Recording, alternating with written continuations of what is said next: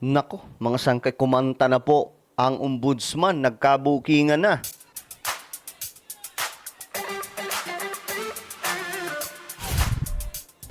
Yo guys, what's up? This is me. We are back dito sa ating YouTube channel at ito nga po pag-uusapan po natin ngayon mga sangkay, ang ikinanta ng ombudsman. Pag-usapan po natin ito. Bago tayo magpatuloy, sa mga hindi pa po dyan nakakapag-subscribe sa ating YouTube channel, guys, i-subscribe nyo na po para lagi po kayong updated sa mga opinion, mga komentaryo po natin. Sa mga nanonood po sa Facebook, i-follow nyo po yung ating Facebook page. Okay?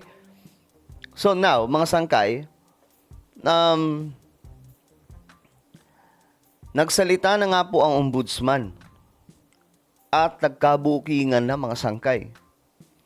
Ano ang dahilan ng pagbaliktad ng apat na maleta boys, mga dating mga sangkay, mga dating mga sundalo na kumanta na sila daw po yung naghahatid ng mga mali-malitang pera. Ngayon, eto mga sangkay, ewan ko kung gaano katotoo ito kasi ang kumanta po nito ay ang ombudsman po mismo. Pakana ni Congressman Martin Romualdez ang pagbaliktad ng ilan sa nagpakilalang bagman ni Zaldico. Ito po yung pasabog mga sangkay ni Ombudsman Remulla. Ayon yan kay Ombudsman Boying Remulla. Live mula sa TV5 Media Center, nangungun sa balita si News 5 Justice Correspondent Camille Samonte. Camille, bakit ito nasabi ng Ombudsman? Jiggy, ayon kay Ombudsman Boying Remulla, walang ibang pwedeng makinabang sa pagbawi ng testimonya ng ilan sa 18 dating bagman umano ni Zaldico, kundi ang kampo ni dating House Speaker Martin Romualdez. Ayon kay Remulla, malinaw na may mga tumutulong para bumaligtad ang posibleng tumestigo sa kasong isasampa laban sa dating House Speaker. 4 sa 18 bagman umano ang nagbawi ng kanilang testimonya. Ayun nga po mga sanggay, medyo palaisipan lang din, no? Yun yung tanong eh. Sino ba ang makikinabang kapag ka umatras o iatras ng testimonya nitong mga sinasabing dating mga bagman ni Zaldico na tagahatid ng mga mali-malitang pera kaila sa mga opisyal ng ating pamahalaan na may nilalaman daw pong limpak-limpak at bulto-bultong salapi. Sino ba ang makikinabang? No, yun yung point eh. Madaling matukoy mga sangkay kung sino ang nagpaatras sa mga yon. Tukuyin lang nyo, isipin nyo lang kung sino yung makikinabang. Ngayon, ang ombudsman po ay nagsalita na regarding dyan. Ako naman mga sangkay, kumbaga, tignan natin kung hanggang saan aabot itong kasong to. Kasi, magkakalabasan man po yun ng ebidensya eh. At ang ombudsman mga sangkay ay kumpiyansa na yung ebidensya ay magtuturo po talaga kung sino yung mastermind. Pero 3 lang sa kanila ang nakuhanan ng bagong affidavit ng Ombudsman. Kung babalikan natin, Jiggy, ibinunyag ng 18 na naghatid sila ng mali-maletang pera mula kay Ko para ibigay umano kay Romualdez. Kinuha na ng Ombudsman ang individual affidavit, ang grupo at 8 rito ang ginamit para sa case build-up laban kay Romualdez. Nanindigan naman si Remulla na pirmado na ang mga affidavit at ito ang kanilang panghahawakan. At kung gusto raw nilang bawiin ito, sa korte na raw nila ito gawin. Pakinggan natin ang pahayag ni Ombudsman Remulla. It doesn't weaken or strengthen, but of course, it just points out to the fact. Ito ha. Ito po mga sangkay yung pahayag ni Remulla mga sangkay. Pakinggan ulit natin.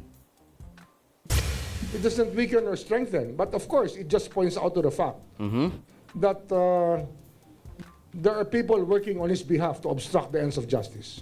You're saying po na posible na ang kampo po ni na Martin Romualdez ang nasa likod sa pag-recover Siyempre, ng app? siyempre. Grabe yung ano niya, mga sangkay, yung ano ba tawag dito? Paratang ba to? O paano ba ang ano dito? Paratang o talagang ito talaga yung masasabi po natin na katotohanan? na pagbubunyag mga sangkay kung sino ang nasa likod ng pagbaliktad ng ilan. Ilan lang naman mga sangkay? 3 eh. 3 na mga bagmen. Sino pa? Sino pa ibang makikinabang dyan pag nag-recant yan? Yun na nga mga sangkay. Sino ang makikinabang? Ganong kadali mga sangkay matukoy kung sino ang nasa likod. Ayon po kay Remulla. O, di ba? Jiggy, nagbabala rin si Remulla sa mga abogado na tumutulong sa grupo para sa pagbawi ng kanilang testimonya. Anya, maituturing itong obstruction of justice at hindi raw nila ito palalampasin. Sinabi Nako. rin ni Remulla na posibleng masampahan ng kaso ang 4 na nag-recant ng kanilang testimonya. Pwede raw silang masama bilang kapwa-akusado ni Romualdez dahil nagsilbi silang accessory o nagamit para pagtakpan ang ginawang krimen. Jiggy. At Camille, sinabi ng 4 na nag-recant na tinakot sila ng ombudsman para gawin ng affidavit. Anong pahayag dito ng ombudsman?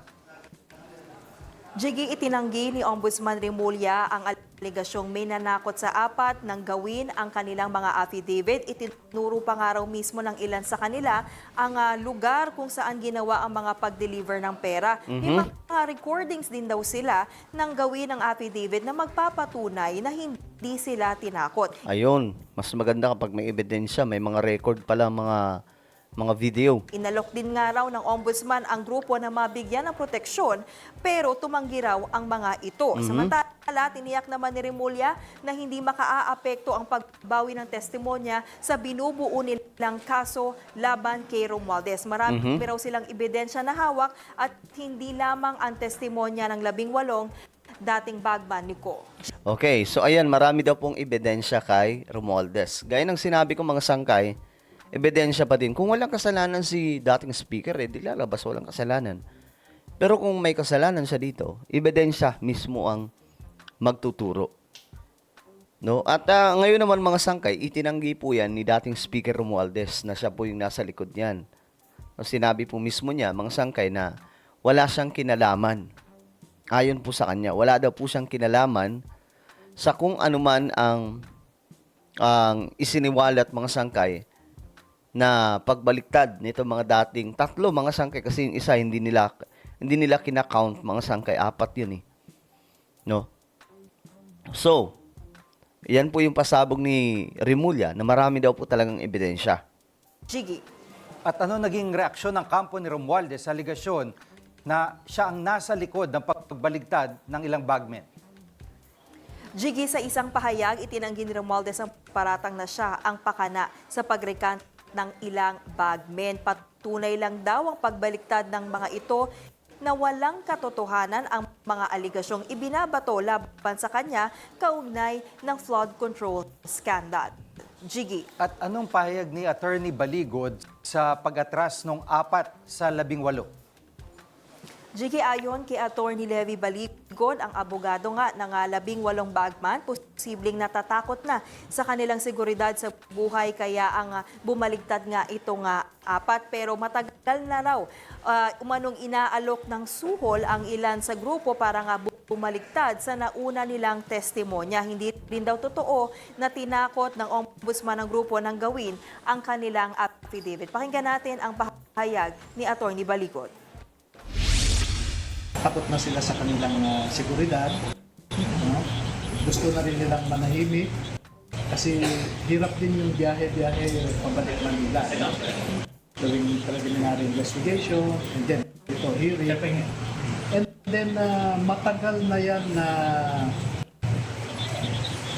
sinusuhulan sila para bumaliktad. So ang sabi pa nga mga sangkay, nasa 25 million daw yung suhol. Ganun kalaki mga sangkay. Talagang buhay na buhay ka dyan. No, kung ganun kalaki. Kung totoo ha. Well, kayo, anong inyong opinion mga sangkay tungkol po dito? Na ang tinuturo po ni Ombudsman Remulla ay kampo daw po nila former Speaker Romualdez ang sinasabing nasa likod. Naniniwala ba kayo dyan mga sangkay? Ano po ang inyong opinion? Comment down below. Meron tayong YouTube channel. Ito po ay Sangkay Revelation. Hanapin nyo po ito sa YouTube ngayon din. Kapag nakita nyo na, i-click nyo po yung subscribe, i-click ang bell, at i-click nyo po yung all. Ako na po ay magpapaalam. Mag-iingat pong lahat. God bless everyone.